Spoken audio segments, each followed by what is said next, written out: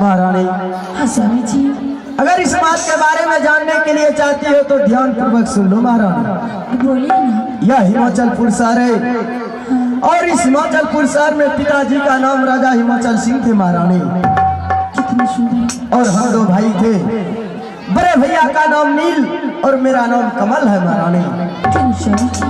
बड़े भैया का काम था नित्य प्रतिदिन पिताजी का सेवा करना और मेरा काम था पढ़ाई लिखाई की जगह दारू शराब पीना मुन्नी बाई की कोठी पर जाना।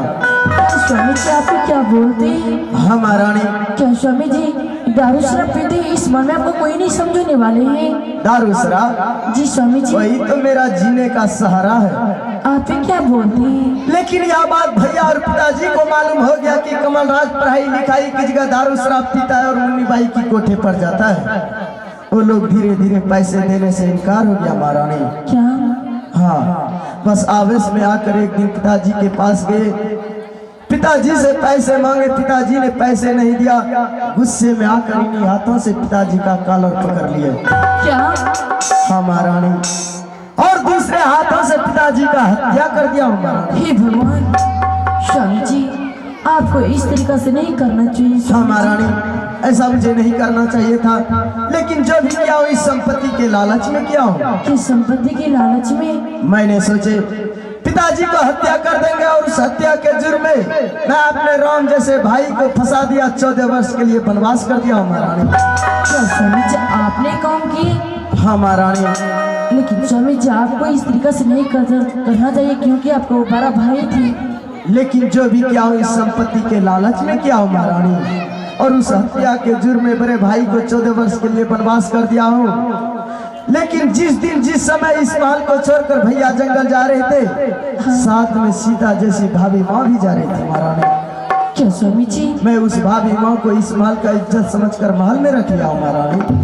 क्या वो आपका भाभी इस महल में है? हाँ महारानी। जो मेरी बड़ी दीदी लगेंगे? हाँ महारानी। स्वामी जी क्या उससे मुलाकात नहीं करवाएंगे? क्यों नहीं महारानी, अवश्य मिलाऊंगा, लेकिन मिलने से पहले ध्यान पूर्वक की एक बात सुन लो महारानी।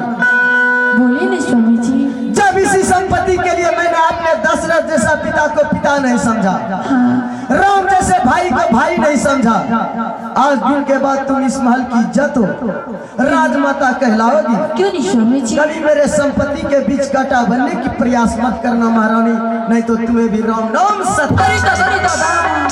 हे भगवान, हे स्वामी जी मैं ऐसा क्यों करूँगी?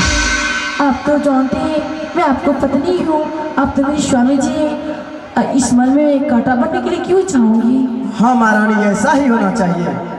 नहीं स्वामी जी ये रास्ता का कांटा कभी नहीं बनूंगी। ठीक है, साइड में खड़ी हो जाओ।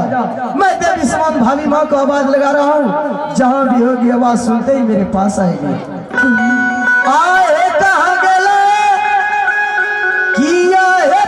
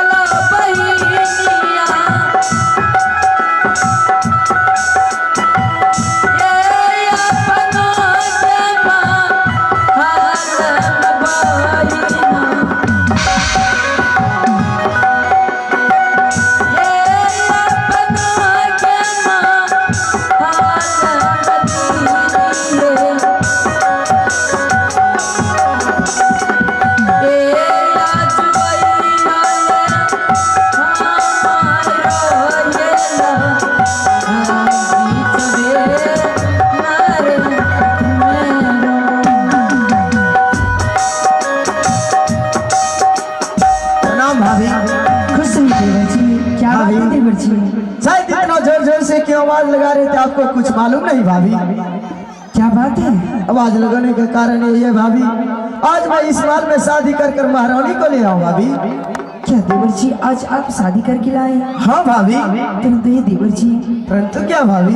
मेरे भी मन में सपने थे, जब देवर जी की शादी होगी टोली और बारात सजा के मैं शादी करूंगी। परंतु ये देवर जी आप ये क्या कर बैठे?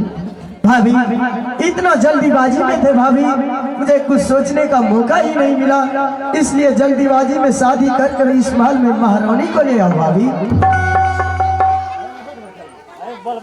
क्या छोटी बहन साथ में आई है? हाँ भाभी। मैं उनसे छोटी बहन से मिलने के लिए चाहूंगी।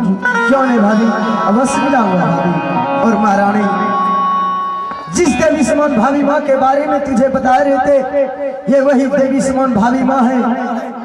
ये एक बचपन से लेकर आज दिन तक मुझे पोस पाल कर इतना बड़ा किया है महारानी, चलने के लिए सिखाया है। ये भाभी नहीं बल्कि माँ के सम्मान में है। जाओ एक बार चरण छूकर प्रणाम कर लो महारानी। ठीक है स्वामी जी। हेलो, तुम तो जानती हो हर दुख को मैं बर्दाश्त कर सकता हूँ, लेकिन दारू शराब का दुख अपने नजर से जुदा नहीं कर सकता हूँ। बस इस समय जा रहा हूँ, 5 मिनट में दारू शराब पी करके महल आ जाऊंगा भाभी। इतना में मिलो।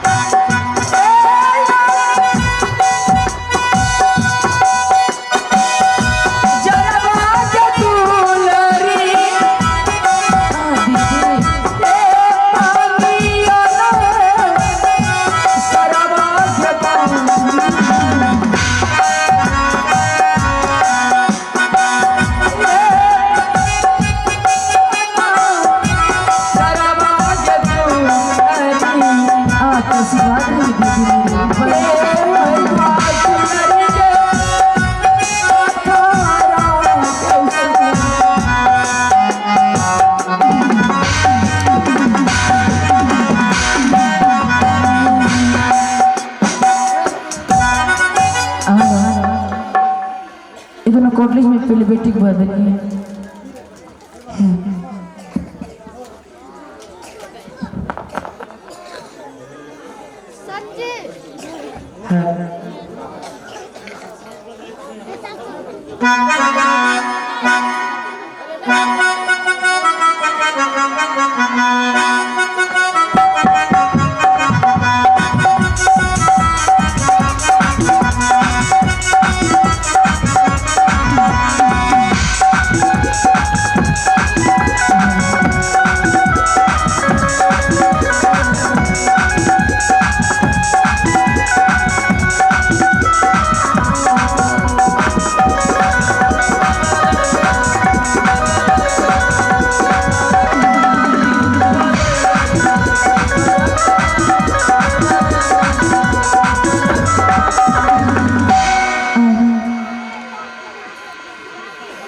दीदी, हाँ छोटी बहन, आज मैं आपको ये क्या देख रही हूँ दीदी?